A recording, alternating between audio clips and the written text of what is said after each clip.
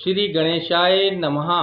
ओम गम गणपते नमः। ओम गम गणपते नमः। ओम गम गणपते नमः।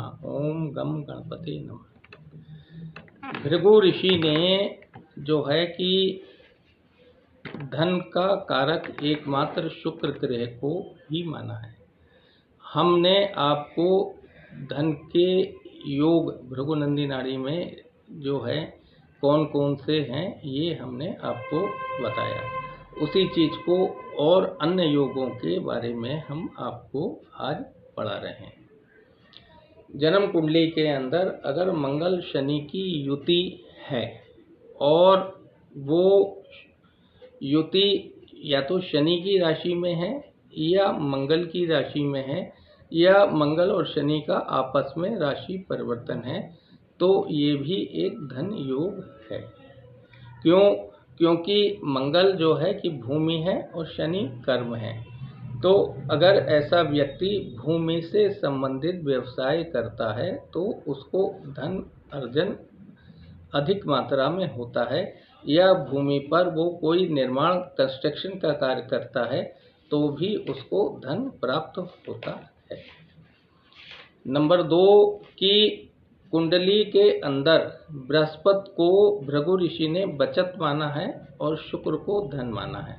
यदि कुंडली के अंदर बृहस्पति की स्थिति शुभ है और शुक्र की स्थिति कमज़ोर है तो ऐसे में क्या होगा, व्यक्ति के पास धन तो कम आएगा मगर बचत अच्छी होगी। और अगर बृहस्पति की स्थिति कुंडली में अशुभ है अर्थात बृहस्पति 6, 8, 12 भाव में या 6, 8, 12 राशि के अंदर है और जो है कि शुक्र अच्छी स्थिति में है तो व्यक्ति के पास धन तो खूब आएगा मगर बृहस्पति की स्थिति ठीक न होने के कारण उसका बचत नहीं होगी। ठीक। यदि जन्म कुंडली के अंदर शुक्र की डिग्री ज़्यादा है और शनि की डिग्री कम है अर्थात शुक्र के पीछे शनि है, तो ऐसी अवस्था में व्यक्ति जो है के पास जो है कि धन अधिक आएगा, उसे परिश्रम कम करना पड़ेगा। यदि कुंडली में शनि की डिग्री ज़्यादा है और शुक्र की डिग्री कम है अर्थात शुक्र शनि के पीछे है, तो ऐसी अवस्था में व्यक्ति को धन कम आएगा और परिश्रम अधिक करना पड़ेगा।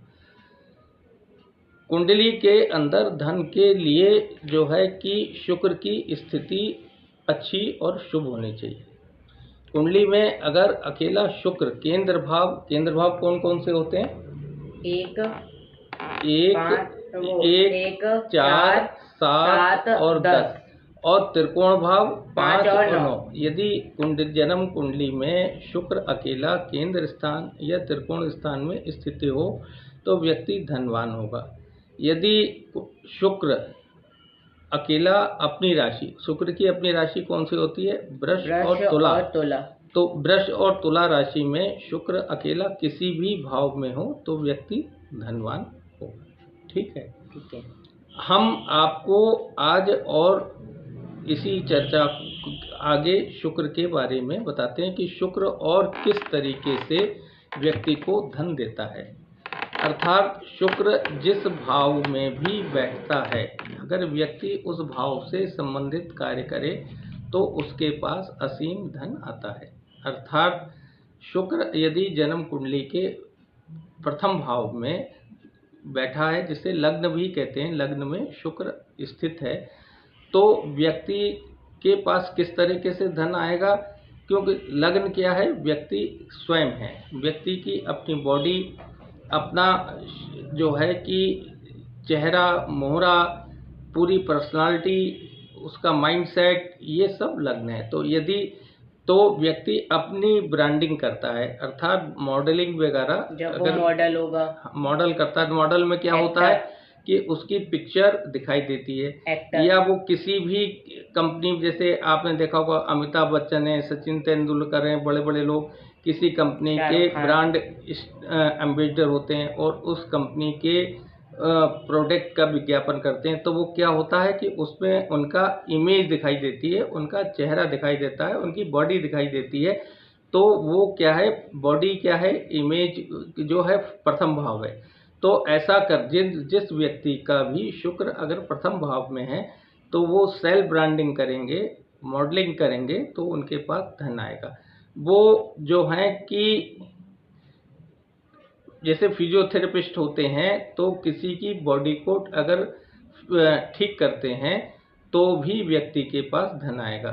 साइकिटिक क्या करते हैं, साइकिटिक आदमी को, मनोचिकित्सक तो आदमी के कोई मानसिक रूप से बीमार व्यक्ति होता है तो उसकी काउंसलिंग करते हैं, तो वो भी क्या है, प्रथम भाव का ही कार्य है, तो उसके पास धन आएगा।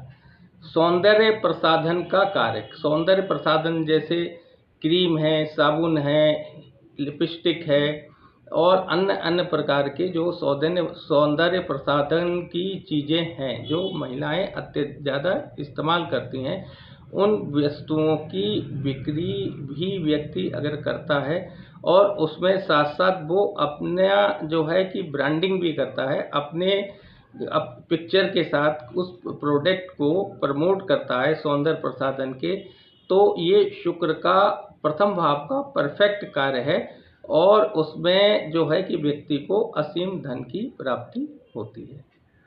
अब यहाँ पर जो है कि प्रथम भाव में शुक्र कौन सी राशि में है, कौन से ग्रहों के साथ हैं, इसका भी प्रभाव पड़ता है, मगर उसको अगर हम वर्णन करेंगे तो वीडियो बहुत लंबा हो जाएगा, तो उसको हम आगे आपको बताएंगे। अभी आज हम आपको सिर्फ कि शुक्र जिस भाव में बैठा है उस भाव के कार्य अगर व्यक्ति करता है तो व्यक्ति के पास धन आता है।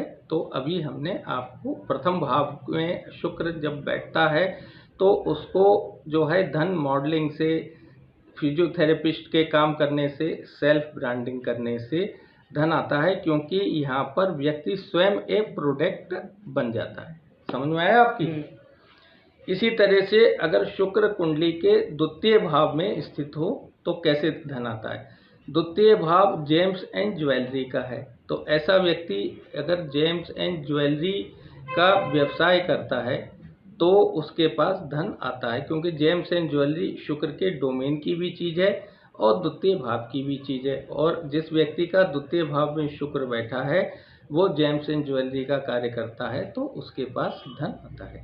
द्वितीय भाव कुटुंब का होता है, तो ऐसा व्यक्ति फैमिली बिजनेस कर सकता है, उससे धन आएगा, या अपने कुटुंब के लोगों के साथ मिलकर व्यवसाय करता है तब भी उसके पास धन आता है।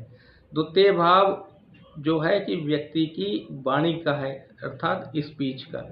तो जो अगर व्यक्ति जिसका कि शुक्र दूसरे भाव में स्थित है, तो वो अगर अपनी वाणी का प्रयोग करके कार्य करेगा, अर्थात वाणी का प्रयोग करके कार्य करना का मतलब काउंसलर्स होते हैं, टीचर्स होते हैं, सिंगर होते हैं, तो ऐसे लोग अपनी वाणी का प्रयोग करते हैं तो उनके पास धन आता है। क्यों? क्योंकि शुक्र दूसरे भाव में स्थित होने के कारण जिस व्यक्ति की जन्म कुंडली में शुक्र दूसरे भाव में स्थित होता है तो लोग उसकी वाणी को सुनने के लिए उसके पास बार बार आते हैं, और जब किसी भी व्यक्ति के पास बार बार कोई व्यक्ति आएगा तो उससे उस धन की प्राप्ति होगी।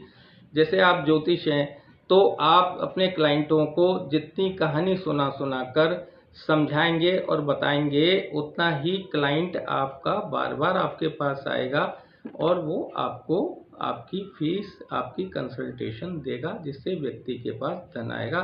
तो दूसरे भाव में स्थित अगर शुक्र हो तो उसको धन अर्जन के लिए क्या करना चाहिए? अपनी वाणी का उपयोग करना चाहिए, जेम्स एंड ज्वेलरीज का व्यवसाय करना चाहिए और फैमिली बिजनेस कर सकते हैं, कुटुंब के लोगों के साथ मिलकर भी कार्य कर सकते हैं। दूसरा घर खान पान का भी होता है, तो ऐसा व्यक्ति फूड बिजनेस भी कर सकते हैं और उससे उनको धन प्राप्त होगा। अब जो है कि हम अगले वीडियो में आपको तीसरे भाव से आगे के भावों में अगर शुक्र स्थित हो तो धन कैसे आएगा, इसके बारे में बताएंगे।